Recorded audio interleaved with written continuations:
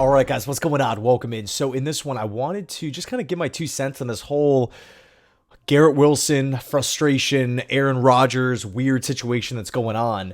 Obviously Garrett Wilson is frustrated. You're listening to him post game. You just feel for the guy. He's just sick and tired of losing. And like you're listening to Jeff Ulbrich and these guys throughout the week outside of Garrett Wilson, and it's just like, for some reason, it just feels as though the losing is affecting Garrett more than it is the coach, more than it is the coaching staff. And that's super frustrating as a Jets fan, right? Because you listen to guys like Mike Vrabel or Dan Campbell or John Harbaugh, Nick Sirianni, Sean McDermott. After a loss, these guys are pissed, man. You feel the tension through the computer screen watching the press conferences post-loss. It's weird. It's awkward. You're like, it would suck to be, having to ask questions in that environment because losing is just not tolerated. You could tell these guys work so hard throughout the week. And then you're watching like the Jeff Ulbrich press conference. You're watching the Robert Saleh press conference when he was here. You're listening to Joe Douglas talk about the team, and it's just like, didn't get it done. Got to take a hard look. Hopefully we have a great week of practice and just, get back to it. It's like losing is just, it just happens here. And if we win, great. We're better than everyone else. But then when we lose, it is what it is. I cannot stand that mentality. I don't like it at all. But again, with Garrett, you can tell he is frustrated. There's been moments where, the camera pans over to him and it seems like he's vocal, whether it be on the field or on the sidelines about something. But what's interesting is, you take a look at the stats, and Garrett's putting up great numbers, right? He's on pace for another 1,000-yard season. He won Rookie of the Year. He has 2 straight 1,000-yard seasons. Right, Aaron Rodgers has been throwing him the football quite a lot. And then you could factor in Garrett hasn't really had the best coaching, right, on the offensive side of the football. Obviously, Ulbrich and Saleh provide nothing on the offensive side of the ball. So then you look to guys like Mike LaFleur, Nathaniel Hackett last season, Todd Downing this year. And although I was a big fan of Mike LaFleur, but at the same time, right, just being objective, he was not a top offensive coordinator in football. There were obviously a lot of mistakes, lots of speed bumps along the way. Not necessarily LaFleur's fault. He's just a first-time OC, and that was the big concern with a lot of Jets fans early on. First-time head coach in Robert Saleh, first-time OC in Mike LaFleur, and it's not just, hey, I'm here doing my same duties that I was doing in San Francisco. No, it's I gotta create and install a system here. I got to call plays. I got to develop players. I got to help come up with the starting lineup. Again, Saleh's not helping, or doesn't really have that much input on the offensive side of the football. So it was up to LaFleur to do everything, right? And then throw on top of it that you have to now develop a rookie quarterback who hasn't seen any NFL football either in Zach Wilson. Douglas doesn't add a veteran quarterback, until they trade for Joe Flacco. They could have just signed him that offseason. Not to go down the rabbit hole here, again, I like LaFleur. Obviously, Garrett likes, LaFleur. He was talking about him after the game, but early on, there were mistakes, and we don't even need to talk about Nathaniel Hackett and whatnot. But you kind of take a step backwards. You're looking at everything from a macro perspective. You're listening to Aaron Rodgers talk after the game, and him referencing, these next couple of weeks are going to be important because we're going to figure out who is going to be here, who's on the way out. And then you're listening to Garrett after the game, again, frustrated with the loss. And we have, like a kind of side story here, all these rumors about Garrett potentially requesting a trade. And if I'm being 100% honest, I think that's going to happen. Why do I think that's going to happen? Because it's a win-win for Garrett Wilson, right? What's the trend with all of these young, productive receivers? They request a trade when they feel as though it's time to get paid, right? When that rookie deal is starting to end, they kind of do this there's like this 2-step combo. There's the deletion of all things team related on social media, right? Erase New York Jets out of your bio, take down all the Jets related stuff. And then there's the trade request. We've seen multiple receivers do this before. And again, it's a win-win for Garrett because that forces the Jets to either pick up the negotiation talks to give Garrett a long-term deal. Or if the Jets don't want to do that, they could just accept the trade request and move him, and then Garrett's going to go get, a big money deal somewhere else with a team that wants him and values him. That's kind of like what we saw with Jamal Adams a couple years ago, right? He requests a trade. Jets intended to keep him, but then Joe Douglas gets this fantastic offer from Seattle, frankly, an offer that was too good to pass up, and Douglas trades him over to Seattle. Jets get a haul back in return, and Adams signs this big money deal. Here's the, curveball, though, that the Jets can do, right? For the new general manager, whoever it may be, whether it's a Dimitroff, whether it's a John Robinson, whoever, or someone that the Jets haven't interviewed up to this point, right? Maybe a Ray Agnew or a Borgonzi. They could just keep him and say, no, we're not trading you, and no, we're not giving you an extension. They could theoretically do that because he still has one more year left on his rookie deal. The Jets can then put the 5th-year option on him.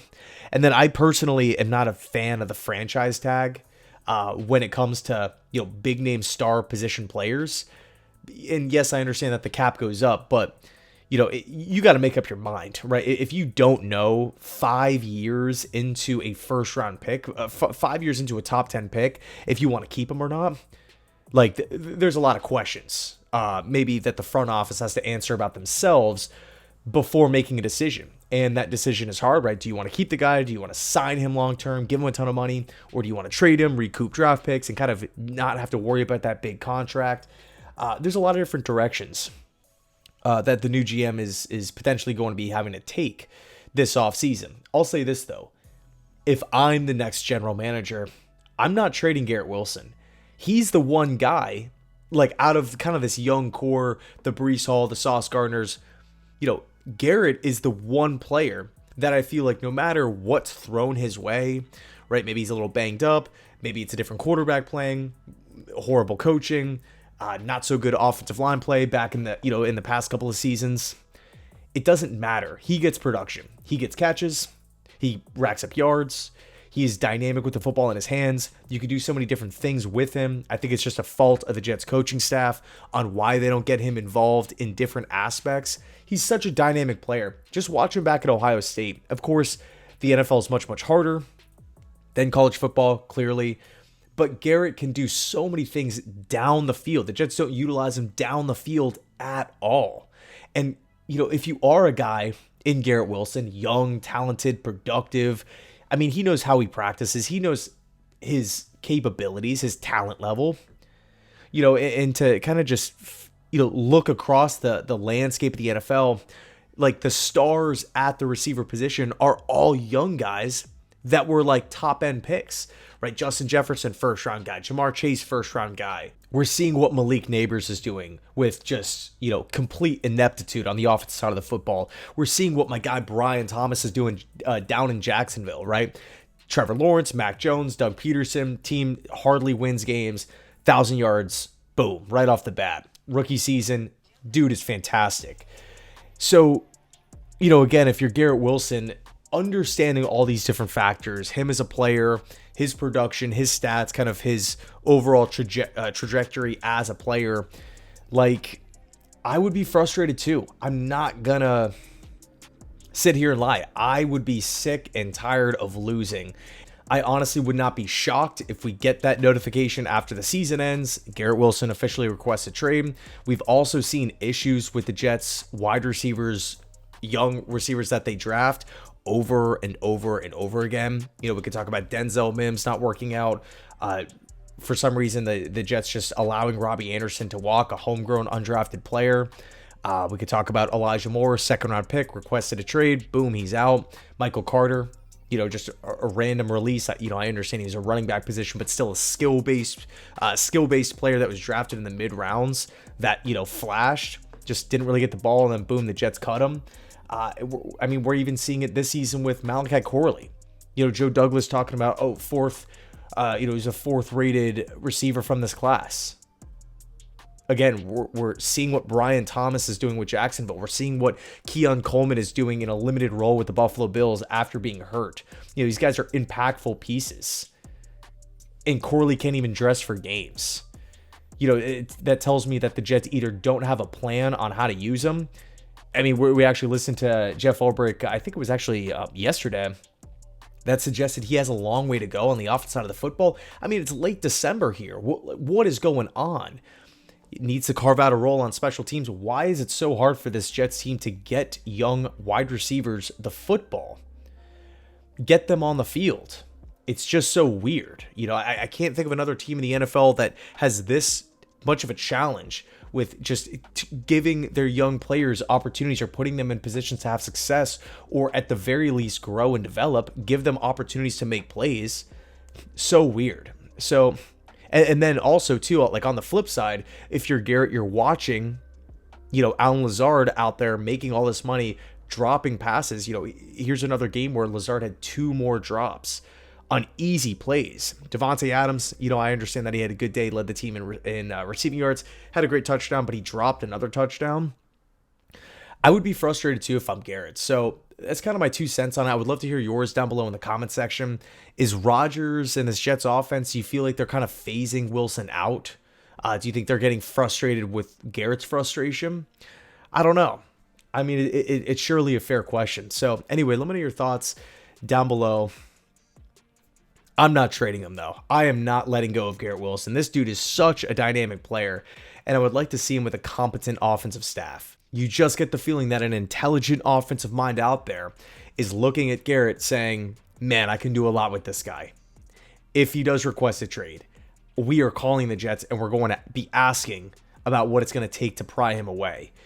He's going to be a hot commodity, again, if he becomes available, but new GM, personally, I'm not letting that happen. I would do my best to try to present Garrett with, of course, a fair deal, but also, a fair plan for him, carved out role within the offense moving forward. I don't want to be in this weird position where it's like, okay, 1 more year of Aaron Rodgers, but because Rodgers is boys with Davante Adams, Davante is going to be getting like the bulk of the, receptions and targets just because of the connection. Like, no, great teams can figure out and utilize multiple wide receivers. It doesn't have to be this massive drop off from Davante to Garrett Wilson based off of, preconceived chemistry. Like, Garrett is such a good football player. We can utilize him too. We can give him a bigger role within the offense.